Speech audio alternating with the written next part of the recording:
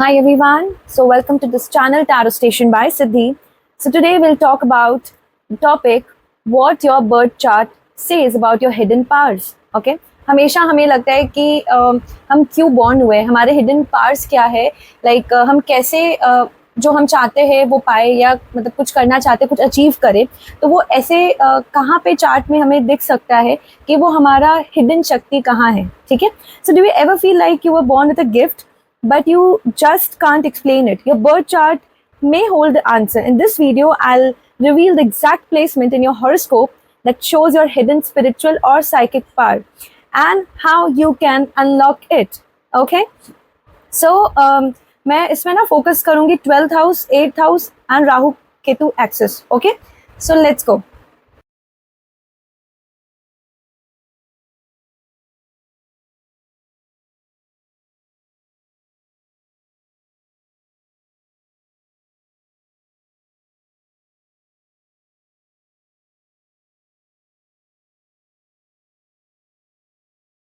So as you can see, I have written point number 1, the 12th house, the house of spiritual gifts. It represents isolation, moksha, other yans and subconscious mind.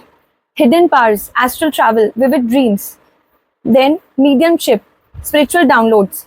Placement, so मैंने किया यहाँ पे, आप देखो यहाँ पे 12th house है. ठीक है, यहाँ पे 12th हाउस देखो. ऐसे तो आपका अगर आप कोई भी बेसिकली ऐप खोलोगे ना, मतलब कुंडली ऐप, फ्री कुंडली ऐप, तो आप अपना डिटेल्स डालोगे, time of birth, place of birth, तो आपको ऐसे एक लगना चार्ट मिल जाएगा. D1 चार्ट इसको बोलते हैं.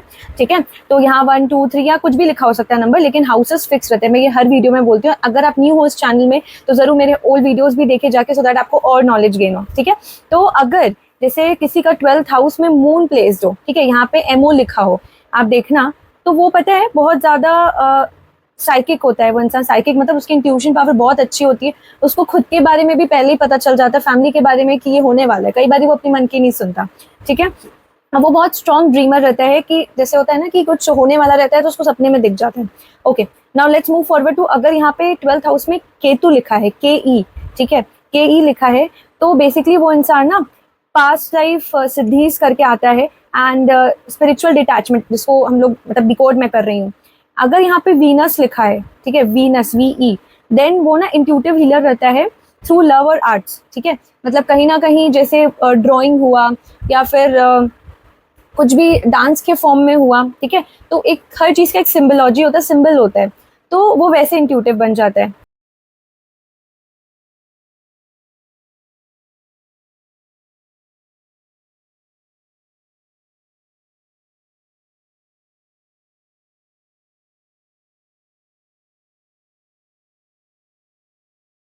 Now let's move forward to second point, that is the 8th house, occult and transformation. Okay, so मैंने यहाँ पे लोकेशन भी दिया है 8th हाउस का. 8th हाउस ये आपका होता है. ठीक है, तो इसमें क्या है, ये 8th हाउस क्या करता है actually. So it rules rebirth, hidden knowledge, tantra, kundalini and psychic powers. Of course आपने कुंडलिनी मेडिटेशन के बारे में सुना होगा. और अच्छा, कुंडलिनी मेडिटेशन ऐसे परफॉर्म नहीं किया जाता है, अनके प्रॉपर गाइडेंस की बहुत ज़रूरत है कुंडलिनी परफॉर्म करने में, कुंडलिनी मेडिटेशन परफॉर्म करने में. Okay, so people with strong 8th house placements are drawn to occult, astrology and healing. Okay, so hidden powers based on planets. So अगर मर्क्यूरी है 8th हाउस में, तो वो बेसिकली वो ऐसा इंसान होगा कि वो मैसेज चैनल कर पाएगा कि यूनिवर्स क्या कह रहे हैं. ठीक है, एंड इवन मैंने ये देखा है mercury in the 8th house, like बहुत लोग ना जैसे सोल्स से भी बात कर सकते हैं, अच्छे सोल्स. ठीक है, and Mars in 8th house, अगर यहाँ मंगल बैठ जाए तो वो एनर्जी हीलर रहता है और तंत्र प्रैक्टिशनर रहता है. Saturn in 8th house, deep karmic wisdom, resistance that turns into strength over time. Okay? So ऐसे करके मैंने आपको जो planets का बताया, so ये अपने अपने सबके planets के meaning है and वो कैसे help करते हैं आपको spirituality में आगे बढ़ने के लिए, आपके hidden powers को बताने के लिए. Okay? Now let's move forward to third point.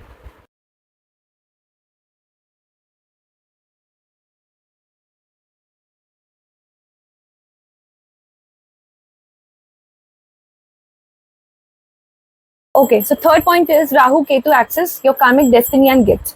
Rahu Ketu Shani, ये लोग बहुत इस टर्म से बहुत डरते हैं, बट इट्स ओके, आप डरो मत, आप समझो इस पॉइंट को. राहु क्या है, obsession and desire.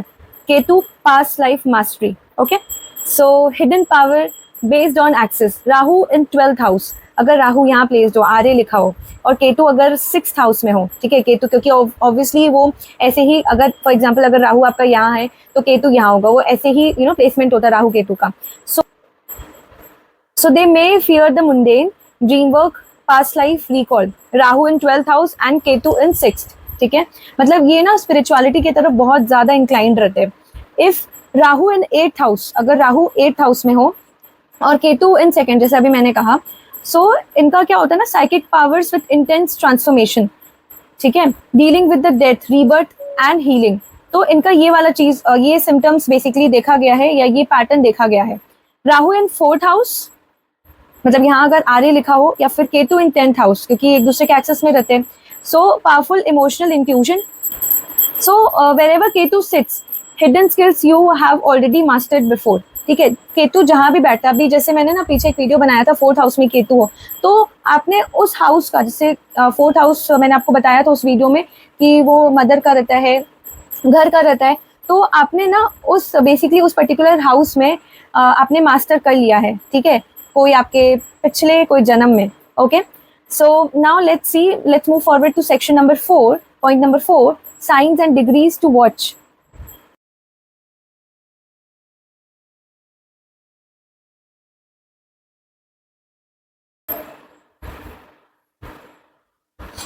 Pisces, Scorpio and Cancer placements often indicate psychic energy. So look at your nakshatras like Revati, Ashlesha, Jyeshtha, Mula for intense energy.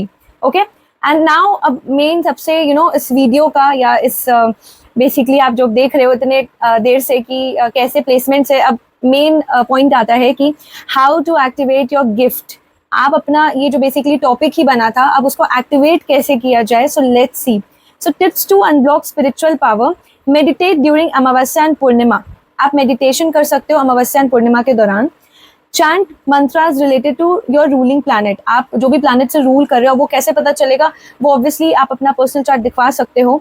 ठीक है, एंड उससे फिर पता चलता है कि आपके चार्ट के अकॉर्डिंग आपको कौन सा मंत्र सूट करेगा. यूज क्रिस्टल्स और rudraksha based on your placements. So obviously मैं हमेशा सेशन में ना, अब कई लोग क्या होता है कि यूं ही कुछ भी सजेस्ट कर देते हैं क्रिस्टल्स वगैरह, बट ऑब्वियसली मैं थोड़ा सा ना इन डेप्थ जाके देखती हूँ कि उनको कौन सा रुद्राक्ष, उनके चार्ट के अकॉर्डिंग कौन सा रुद्राक्ष, कौन सा क्रिस्टल जाएगा जो कि उनको बेनिफिट करेगा. ठीक है, keep a dream journal specially with 12th house planets. Okay, आपको जर्नल फॉर्म करना चाहिए, आपको लिखना चाहिए दैट कैसे आप ग्रेटफुल हो फॉर दिस लाइफ एंड क्या क्या आपको चाहिए. ठीक है, ऐसे मैनिफेस्ट करना चाहिए. सो कमेंट योर 12th और 8th house placement below and मैं जितना तक रिप्लाई कर सकती हूँ मैं रिप्लाई करूंगी. ठीक है, आपका 12th हाउस में कौन सा प्लैनेट है, 8th हाउस में कौन सा प्लैनेट है, मुझे जरूर बताएं कमेंट सेक्शन में. And don't forget to like, share and subscribe for more spiritual astrology insights. Okay, thank you.